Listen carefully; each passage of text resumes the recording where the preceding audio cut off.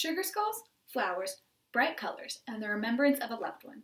All the ingredients needed for a successful Day of the Dead, or as it is traditionally called in Mexico, Dia de los Muertos. Many sources have covered Dia de los Muertos, including National Geographic, the International Business Times, and UNESCO. Dia de los Muertos is a holiday commonly known of, but not commonly known about. It includes a rich history, many traditions, and has been widely spread from Mexico and is now celebrated all over the world. First of all, Dia de los Muertos has a very rich history.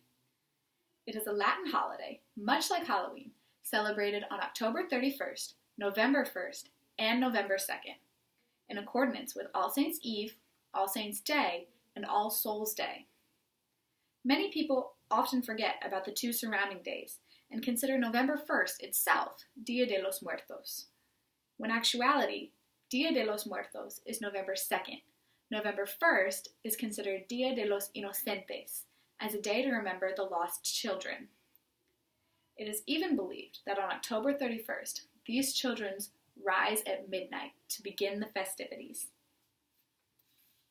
According to the International Business Times, Dia de los Muertos can be traced all the way back to the Aztecs and other indigenous Mexican cultures, honoring Lady of the Dead, or more modernly known as La Catrina. Ironically, La Catrina is now mocked by the ornate dress, decorations, and face paint you see every year. Although these antics started off as jokes, they have become traditions, which leads me to my next point. Dia de los Muertos includes many traditions. According to Mexican culture and National Geographic, Day of the Dead would be offended by the sadness of their passing. So instead, Dia de los Muertos was designed as a celebration of the lives of these loved ones. These loved ones are celebrated through things like laughter, feasts, and most importantly, music. This music is used to awaken the dead from their eternal sleep.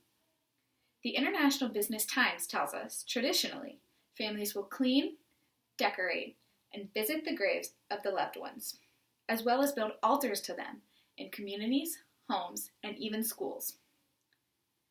Gifts are often offered up at these altars, and they include sugar skulls, chocolate, and marigolds, the Mexican flower of death. UNESCO tells us that praise and recognition is very important and must be taken extremely seriously, for it is believed that the dead can bring prosperity or misfortune, depending on how they are celebrated. However, Dia de los Muertos is not only celebrated in these small Mexican villages.